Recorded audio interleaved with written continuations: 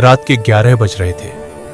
ठंडी हवा प्लेटफॉर्म की खाली बेंचों को छूती हुई आगे बढ़ रही थी। स्टेशन पर लगभग सन्नाटा था। सिर्फ दूर कहीं चाय के स्टॉल की आखिरी केतली सीटी दे रही थी।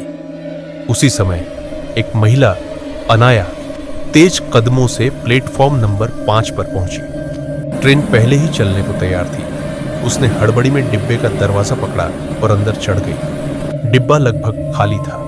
बस दूर कोने में एक आदमी बैठा था, खिड़की के पास। उसकी पीठ अनाया की तरफ थी। अनाया ने राहत की सांस ली। भीड़ से तो अच्छा है, उसने सोचा। उसने खिड़की के पास वाली सीट ले ली, बैग नीचे रखा और बाहर की अंधेरी पटरी को देखने लगी। ट्रेन धीरे धीरे प्लेटफॉर्म छोड़कर रात के सुनसान ट्रैक पर दौड़ने लगी। कुछ मिनटों बाद अनाया की नजर उस अकेले यात्री पर पड़ी। वो अब भी बिल्कुल स्थिर बैठा था। उसने सोचा शायद आदमी सो गया है, लेकिन कुछ अजीब था।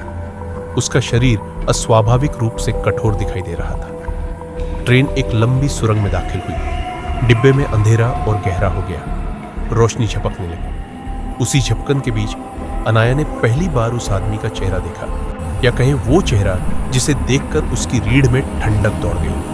वो वही चेहरा था जिसे उसने पोस्टरों में देखा था। वही आदमी। सालों पहले इसी ट्रेन में एक भयानक हादसा हुआ था। आधी रात को एक यात्री रहस्यमय तरीके से गिरकर मारा गया था। पुलिस ने उस घटना को दुर्घटना बताया था, पर लोगों ने कहा था कि वह मौत दुर्घटना नहीं, किसी छुपी सच्चाई का हिस्सा था। और सामने बैठा वही आदमी उसी हादसे का शिकार। अनाया ने आंखें झपकाई।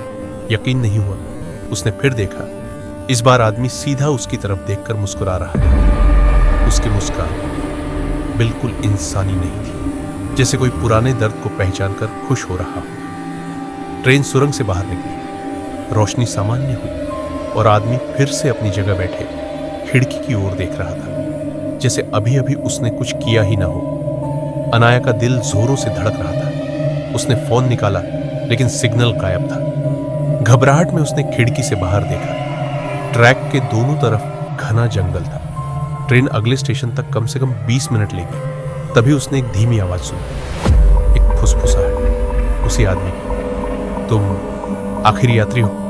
अनाया जम गई। उसने धीरे से पूछा, क्या मतलब? वो आदमी खड़ा हुआ।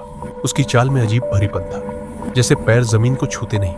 उसने धीरे धीरे अनाया की ओर देखा। उसकी आंखें धुंधली, खोखली, जैसे किसी दूसरी दुनिया से झांक रही हो। हर साल इस रात को साथ ले जाता हूं, उसने कहा, और आज तुम हो। अनाया घबरा कर उठी, दरवाजे की तरफ दौड़ी, लेकिन अचानक ट्रेन पूरी रफ्तार से हिलने लगी। रोशनी फिर झपकने लगी। अगली बार अंधेरा गया।